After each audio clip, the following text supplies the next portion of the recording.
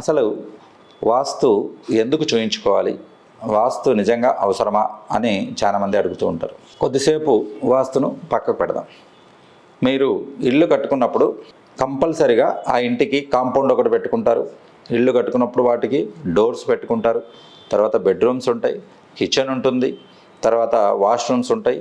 ఇవి వాస్తుతో సంబంధం లేకుండా మీరు కంపల్సరీ కట్టుకుంటారు. కానీ ఆ పెట్టుకునేది ఏదో అని అంటే టాయిలెట్స్ మీరు ఎక్కడో పెట్టే బదులు ఒక స్పెసిఫిక్ జోన్లో పెట్టినట్లయితే అది మనకు నెగిటివ్ ఎఫెక్ట్ రాకుండా ఉండడానికి వాస్తు అవసరం ఉంటుంది. బెడ్రూము ఏ వైపున తలపెట్టి పట్టుకుంటే మనకు వృద్ధిలోకి వస్తాము, మనం చేసే ప్రయత్నము అది ఫలించబడుతుంది, ఇవి తెలుసుకోవడానికి వాస్తు అవసరపడుతుంది.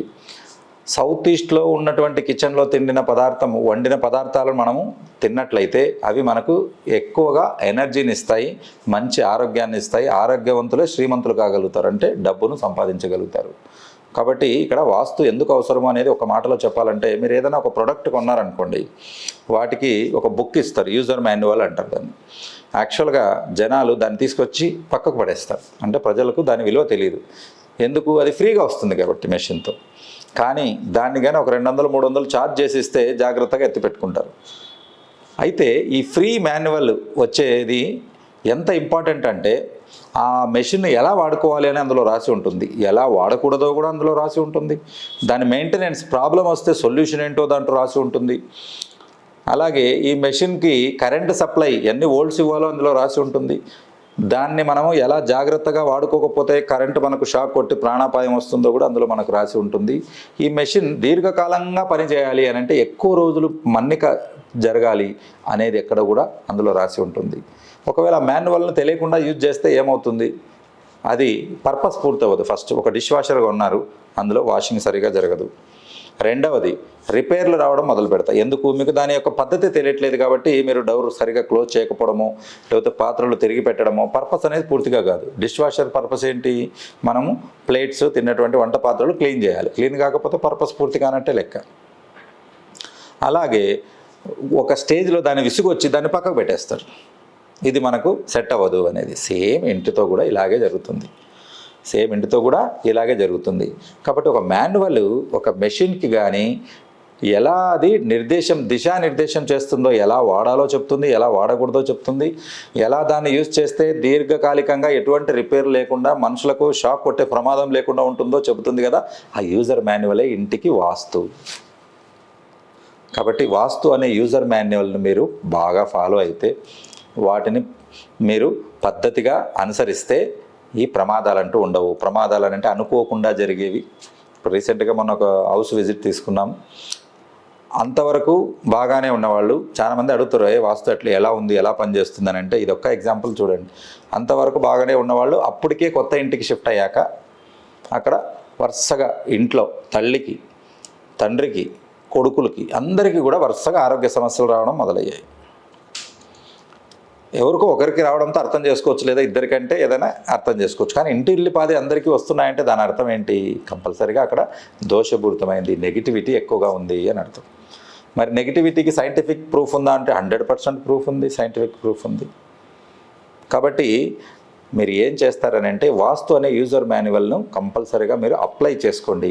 చెప్పాం కదా ఇందాక, నేను చెప్పినా చెప్పకపోయినా వాష్రూమ్స్ పెడతారు, టాయిలెట్స్ పెడతారు, కిచెన్ పెడతారు. ఆ పెట్టేది మీకు ఇష్టం వచ్చిన చోట కాకుండా వాస్తు చెప్పిన చోట మనం పెట్టుకున్నట్లయితే వాటి యొక్క ఫలితాలు, వాటి యొక్క రిజల్ట్ అనేది ఎక్కువగా వస్తుంది. దీన్నే ఒక సిస్టమ్ అని అంటారు. శాస్త్రమే అంటే సిస్టమ్ అంటే ఒక పద్ధతిగా ఉండాలి. ఒక పద్ధతిగా ఉన్నప్పుడు ఇంకొక బెస్ట్ ఎగ్జాంపుల్ చెప్తాను. పద్ధతిగా ఉంటే రిజల్ట్ ఎలా ఉంటుంది, పద్ధతి లేకపోతే రిజల్ట్ ఎలా ఉంటుంది అనేది మీకు పిల్లలకు నేర్పిన చిన్న పాఠ్య పుస్తకంలోని మీకు ఒక విషయం చెప్తాను. ఒక ఇనుప ముక్క తీసుకురండి, ఒక అయస్కాంతం తీసుకురండి. ఇనుప ముక్క అయస్కాంతాన్ని రెండింటిని దారానికి వేలాడదీయండి. ఇనుప ముక్క ఎటు పడితే అది తిరుగుతుంది, ఎక్కడ దానికి తిరిగే ఫోర్సు ఉండదో అక్కడ ఆగిపోతుంది. కానీ అయస్కాంతం మాత్రము ఒక పద్ధతిగా నిలబడుతుంది. ఎలా? నార్త్ పోల్ నార్త్ను చూపిస్తుంది, సౌత్ పోల్ సౌత్ను చూపిస్తుంది.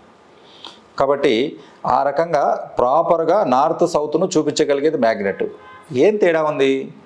విచిత్రం ఏంటంటే మ్యాగ్నెట్ కూడా ఐరన్ నుంచే తయారు చేయబడుతుంది, అంటే ముడి పదార్థం ఒకటే. కాబట్టి ఏంటి తేడా అంటే ఇక్కడ అమరిక. అయస్కాంతంలో ఐరన్ యొక్క అణువులు ఒక పద్ధతిగా అమారికంగా ఉంటాయి. ఒక మిలిటరీ వాళ్ళు ఒక డ్రిల్ చేస్తారు కదా, పద్ధతిగా లైన్గా నిలబడి, అలాగా ఒక పద్ధతిగా ఉంటుంది. పిల్లలు ప్రేయర్ చేసేటప్పుడు చూసారా, అందరూ లైన్గా నిలబడతారు, ఒకటే కోరస్తో పాడతారు. ఎంత అద్భుతంగా ఉంటుంది. వాళ్ళు జాతీయ గీతం పాడినప్పుడు మనము పాడాలనే ఉత్సాహం వస్తుంది. అదే అందరూ చిందరబందరగా ఉండి ఇష్టం వచ్చినట్టు పాడితే కర్ణ కఠోరంగా ఉంటుంది, మనం వద్దు ఆపండి అని చెప్పాల్సి వస్తుంది. ఇక్కడ ఇదే ఏంటంటే సిస్టంలో ఉన్నది వాస్తుకు సంబంధించిన ఇళ్ళు అయితే, సిస్టంలో లేనిది వాస్తుకు సంబంధం లేని ఇళ్ళు. కాబట్టి నెగిటివ్ ఎనర్జీ ఎక్కువగా ఉంటాయి. కొట్లాటలు, పోట్లాటలు, డైవర్సు, మనుషుల మధ్య రిలేషన్ లేకపోవడం, సంతానం లేకపోవడం, లేదా లేటుగా పెళ్లి కావడం, ఉద్యోగం లేకపోవడం, టాలెంట్ ఉన్నా కూడా ఉద్యోగం లేకుండా ఉండడం, తరచుగా ఆరోగ్య సమస్యలు రావడం, ఇవన్నిటికి కూడా సమస్యలుగా ఉంటాయి. మరి ఆ సమస్యలకు సమాధానం ఏం చెప్తుందంటే మనం చెప్పే యూజర్ మాన్యువల్ ఇంటికి వాస్తు. అలాగే ఇక్కడ అద్భుతమైందనంటే ఇదే ఐరన్ ముక్కను అయస్కాంతంతో కొన్ని రోజుల వరకు మ్యాగ్నెట్తో కొన్ని రోజుల వరకు కలిపి ఉంచారనుకోండి, లేదా కొన్ని గంటలు కలిపి ఉంచినా మీకు తెలుసా అద్భుతం. మీరు ఇంటి దగ్గర సైన్స్ ఇది ప్రయోగం చేసి చూడండి. పక్కకు పెడితే దీనికి కూడా అయస్కాంత గుణాలు వస్తాయి. వెంటనే అది కూడా చిన్న చిన్న ఐరన్ ముక్కలను ఆకర్షించడం మొదలు పెడుతుంది. అంటే దాని అర్థం ఏంది, సిస్టమ్ ఎక్కడ ఉందో అదే బలమైనది అని. ఇది రివర్స్లో అయి ఉండొచ్చు కదా అని అంటే ఐరన్ పవరే మ్యాగ్నెట్కి వచ్చి మ్యాగ్నెట్ వీక్ అవ్వాలి కదా, మ్యాగ్నెట్ వీక్ అయి ఉండొచ్చు కదా, కానీ అలా అవ్వట్లేదు. ఎందుకనంటే ఈ సృష్టిలో పాజిటివ్ ఎనర్జీకి మించింది లేదు.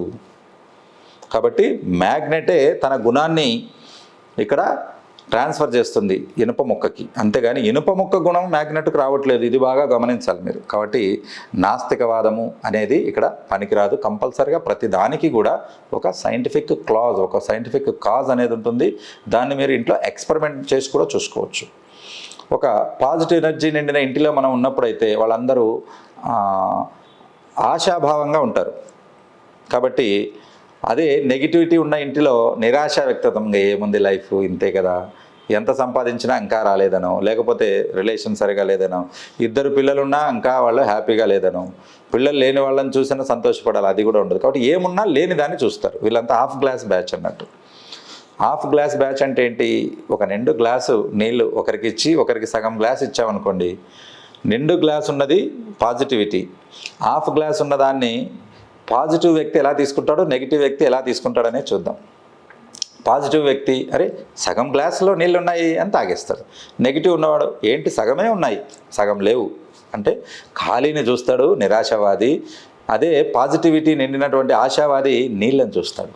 కాబట్టి అక్కడ గ్లాస్ ఒకటే, నీళ్ళు ఒకటే, ఎంటీ ఒకటే. మనం చూసే దృక్పథాన్ని బట్టి అక్కడ రిజల్ట్ మారిపోతుంది. నిరాశావాదికి రిజల్ట్ ఏముండదు, నష్టము కష్టం వస్తుంది. ఆశావాదికి ఎప్పటికీ కూడా మంచి ఫలితం వస్తుంది. ఎందుకంటే ఈ సృష్టి ఆశావాదులనే పైకి తీసుకొస్తుంది. అలాగా మీరు కూడా ఈ నిరాశావాదం అనేది పక్కకు పెట్టండి. హాఫ్ గ్లాస్ ఖాళీని చూడొద్దండి, వాటర్ను చూడండి.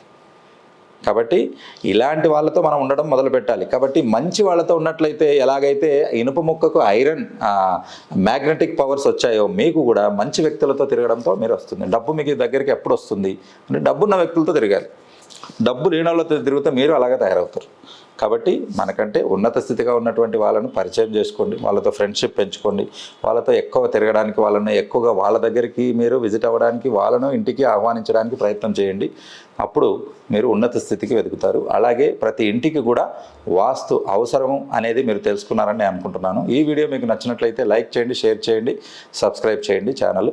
అలాగే ఎవరైనా వాస్తు విజిట్ కావాలనుకున్న వాళ్ళు కింద కనపడిన నంబర్లకు మీరు కాంటాక్ట్ చేయవచ్చు. ప్రపంచంలో ఏ మూల ఉన్నా నాకు కేవలం 4 విషయాలు తెలిస్తే మీకు వాస్తు రిపోర్ట్ అనేది ఇవ్వడం జరుగుతుంది. నెంబర్ 1 లొకేషన్, కరెంట్ లొకేషన్ గూగుల్లో. నెంబర్ 2 అక్కడికి వచ్చేసి ఫ్లోర్ ప్లాన్ అని అంటే ఆ ఇంటి యొక్క ప్లాన్ ఎలా ఉంది.